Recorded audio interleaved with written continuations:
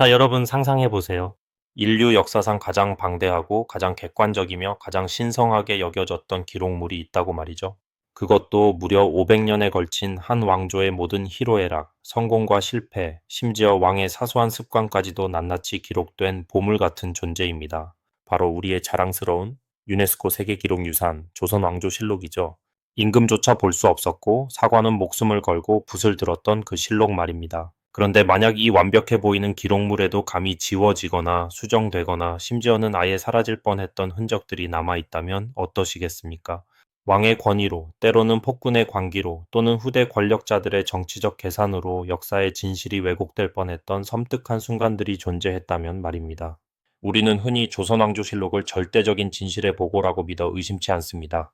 하지만 그 속에는 감춰진 진실을 향한 권력의 칼날과 그 칼날을 막아선 양심의 붓이 격렬하게 부딪혔던 피 튀기는 전쟁의 흔적들이 고스란히 남아 있습니다.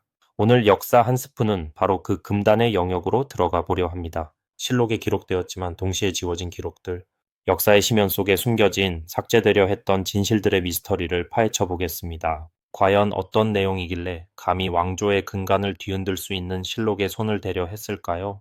그리고 그 시도는 성공했을까요? 아니면 역사의 준엄한 심판 앞에 무릎 꿇었을까요? 지금부터 그 충격적인 이야기 속으로 여러분을 초대합니다. 이 이야기는 단순한 역사적 사실 나열이 아닙니다. 권력과 진실, 그리고 인간의 욕망이 뒤엉킨 드라마 그 자체입니다.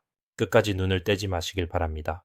우리가 첫 번째로 만나볼 이야기는 조선 건국의 기틀을 다진 위대한 군주이자 동시에 피해 군주로 기억되는 태종 이방원과 관련된 기록 삭제 시도입니다. 자, 상상해 보세요. 왕위에 오르기 위해 형제들의 피를 봐야 했던 남자, 그가 과연 자신의 과거를 어떻게 기록하고 싶었을까요? 당연히 자신에게 유리하게 혹은 자신을 정당화하는 방향으로 역사를 만들고 싶었겠죠.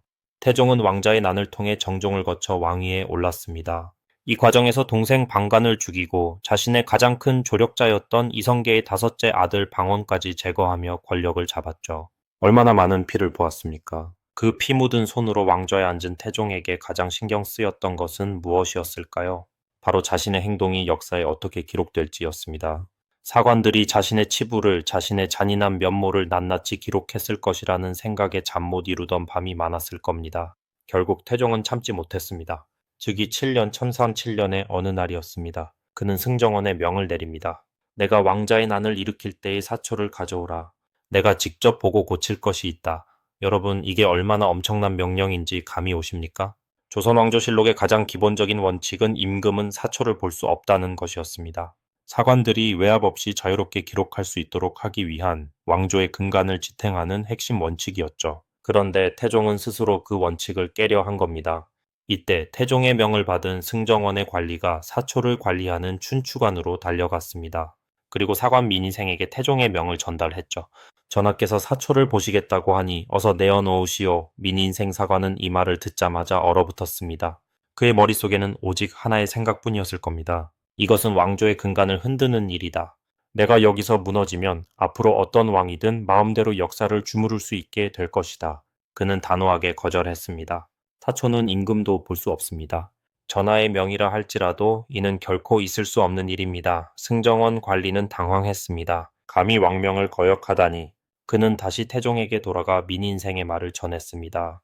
태종은 이 말을 듣고 분노했을까요? 아니면 예상했다는 듯 쓴웃음을 지었을까요?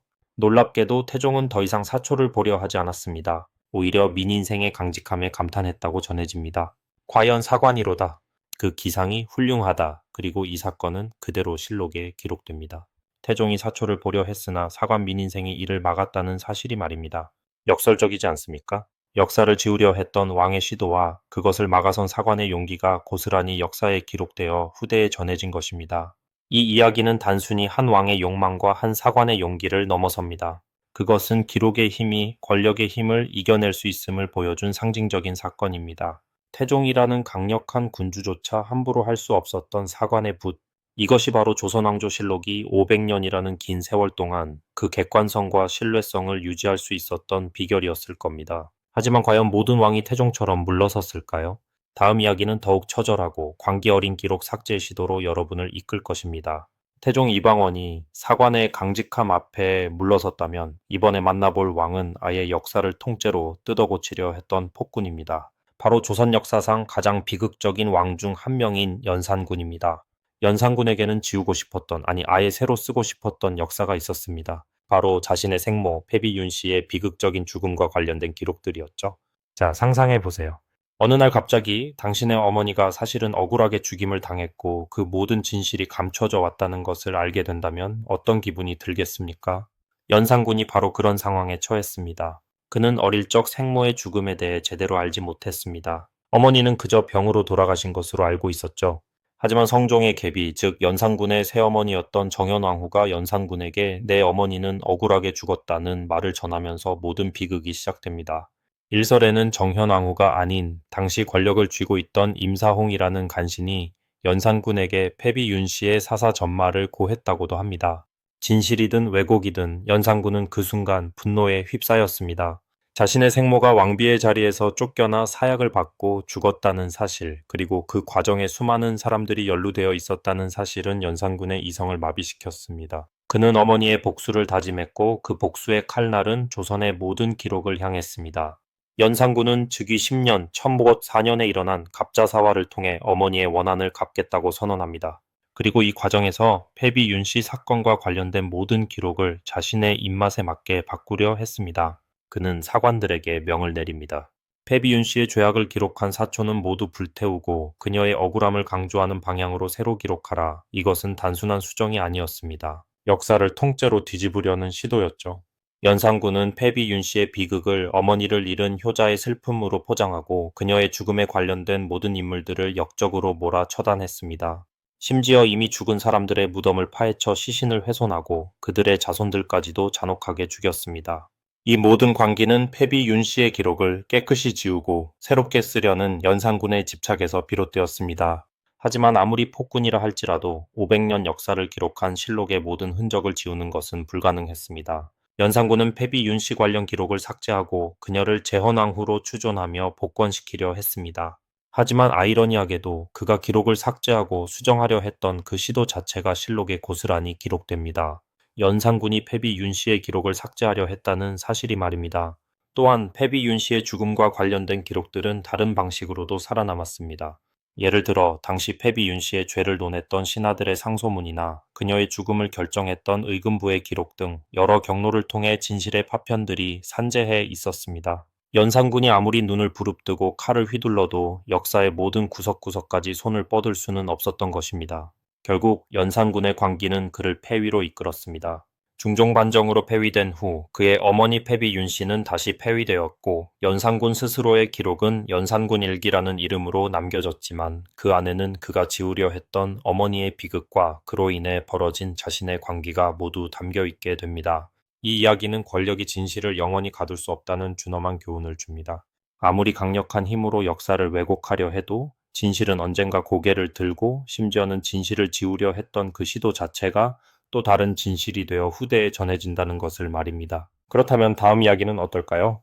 왕의 기록이 통째로 그것도 2번이나 수정되는 충격적인 사건입니다.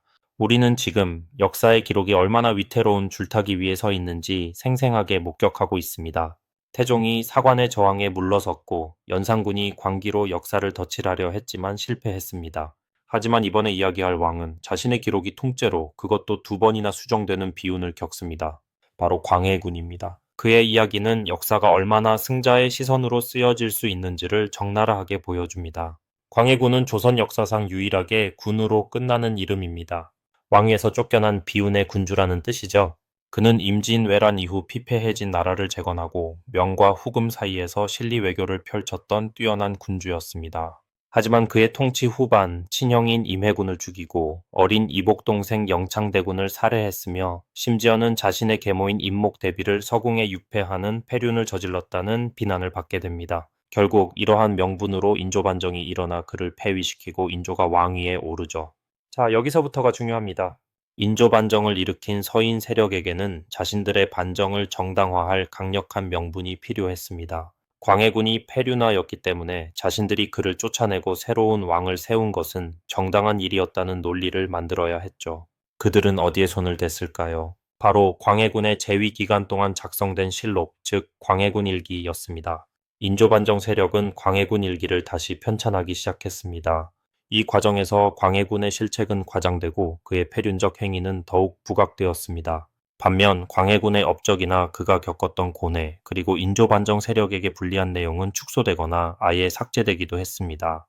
이것은 단순한 사실 확인이 아니었습니다. 철저하게 승자의 관점에서 역사를 재구성하는 작업이었죠. 이들은 광해군 일기를 두 번에 걸쳐 수정했습니다. 처음 만든 것을 중초본, 즉 다시 베껴 쓴 초고라고 부르고 그 중초본을 다시 수정하여 최종적으로 완성한 것을 정초본이라고 합니다. 이 두 버전 사이에는 놀라울 정도로 많은 차이가 존재합니다. 예를 들어 광해군이 임목대비를 유폐할 때의 상황 묘사나 그에 대한 신하들의 반대 의견 같은 부분에서 큰 차이를 보입니다. 정초본으로 갈수록 광해군의 죄는 더욱 명확해지고 반정의 정당성은 강화되는 방향으로 수정되었죠. 여러분 생각해 보세요. 한 인물의 삶과 업적이 그가 죽고 난 후에 그것도 두 번씩이나 정적들의 손에 의해 송두리째 재단된다는 것이 얼마나 비극적입까. 광해군은 임진왜란의 혼란 속에서 힘겹게 나라를 이끌었지만 그의 모든 노력은 패류나라는 낙인 아래 묻혀버렸습니다. 그의 기록은 단순히 지워진 것이 아니라 재창조된 것입니다. 하지만 여기서 또 한 번 역사의 아이러니를 발견합니다. 인조반정 세력은 광해군 일기를 수정하면서 자신들의 입맛에 맞지 않는 내용을 빼거나 고치는 동시에 그들이 무엇을 지우고 무엇을 고쳤는지에 대한 흔적까지는 완벽하게 지우지 못했습니다. 중초본과 정초본이 모두 남아 있었기 때문에 후대 학자들은 이 둘을 비교 분석하여 인조반정 세력이 광해군 일기를 어떻게 왜곡했는지를 밝혀낼 수 있었습니다. 이것은 우리에게 중요한 교훈을 줍니다. 역사는 결코 하나의 시선으로만 존재하지 않는다는 것을 말입니다. 한 시대를 지배했던 권력이 아무리 강력하게 특정 방향으로 역사를 주조하려 해도 그 이면에는 언제나 다른 진실의 조각들이 숨쉬고 있다는 것을요. 광해군 일기는 단순한 왕의 기록이 아니라 권력의 속성과 역사의 다면성을 보여주는 살아있는 증거인 셈입니다. 우리가 실록을 읽을 때 단순히 글자 그대로만 받아들여서는 안 되는 이유가 바로 여기에 있습니다. 과연 진실은 무엇이었을까요? 그 질문은 여전히 우리에게 던져지고 있습니다. 우리는 지금까지 조선왕조실록이라는 거대한 역사서 속에 감춰진 혹은 감춰지려 했던 진실의 흔적들을 함께 추적해 보았습니다. 강력한 왕권으로 역사를 조작하려 했던 태종 이방원의 시도, 광기 어린 복수심으로 어머니의 흔적을 지우려 했던 연산군의 발악, 그리고 승자의 칼날 아래 통째로 다시 쓰여진 광해군 일기의 비극까지 이 모든 이야기는 우리에게 역사의 기록이라는 것이 얼마나 소중하고 동시에 얼마나 취약할 수 있는지를 생생하게 보여주었습니다. 하지만 이 이야기들의 공통점은 무엇이었습니까? 바로 그 어떤 권력도 그 어떤 폭력도 역사의 모든 진실을 영원히 가둘 수는 없었다는 사실입니다. 태종은 사관의 강직함 앞에 물러섰고 그 사실 자체가 실록에 기록되었습니다. 연산군이 지우려 했던 어머니의 비극은 다른 기록들을 통해 살아남았고 그가 기록을 지우려 했다는 사실 자체가 그의 광기를 증명하는 증거가 되었습니다. 광해군 일기는 두 번이나 수정되었지만 그 수정의 흔적 자체가 후대에게 진실을 향한 의문을 던져주며 역사의 다면성을 탐구할 수 있는 귀중한 자료가 되었습니다. 이것은 단순히 옛날 이야기가 아닙니다. 오늘날 우리가 살아가는 세상에서도 여전히 수많은 권력과 이해관계가 역사를 자신들에게 유리한 방향으로 해석하고 때로는 왜곡하려 시도합니다. 언론의 자유가 위협받고 특정 정보가 은폐되거나 조작되는 일들이 벌어지기도 하죠. 이러한 시대, 조선왕조실록에 남은 삭제된 기록의 흔적들은 우리에게 무엇을 말해줄까요? 그것은 바로 기록의 중요성과 비판적 사고의 가치입니다. 어떤 정보든 액면 그대로 받아들이지 않고 그 이면에 숨겨진 의도와 맥락을 파악하려는 노력, 그리고 진실을 기록하고 보존하려는 용기 있는 이들의 역할이 얼마나 중요한지를 일깨워 줍니다. 조선의 사관들은 목숨을 걸고 붓을 들었으며 그들의 정신은 500년이 지난 지금도 우리에게 깊은 울림을 주고 있습니다. 조선 왕조실록은 단순한 역사서가 아닙니다. 그것은 진실을 향한 인간의 끊임없는 투쟁과 그 투쟁 속에서 피어난 양심의 기록입니다. 그리고 그 안에 담긴 지워진 기록들은 역사가 결코 멈추지 않는 살아 숨쉬는 유기체임을 증명합니다. 앞으로 여러분이 어떤 역사적 사실을 접하게 되더라도 과연 이 기록은 전부일까? 혹시 감춰진 이야기는 없을까? 라는 질문을 던지는 지혜로운 시청자가 되시길 바랍니다. 오늘 역사 한 스푼이 준비한 이야기는 여기까지입니다. 역사의 심연 속에서 진실의 빛을 찾아 헤맨 여정이 흥미로우셨다면 좋아요와 구독, 그리고 알림 설정 잊지 마시고요. 다음 시간에도 여러분의 지적 호기심을 채워줄 또 다른 미스터리를 가지고 돌아오겠습니다.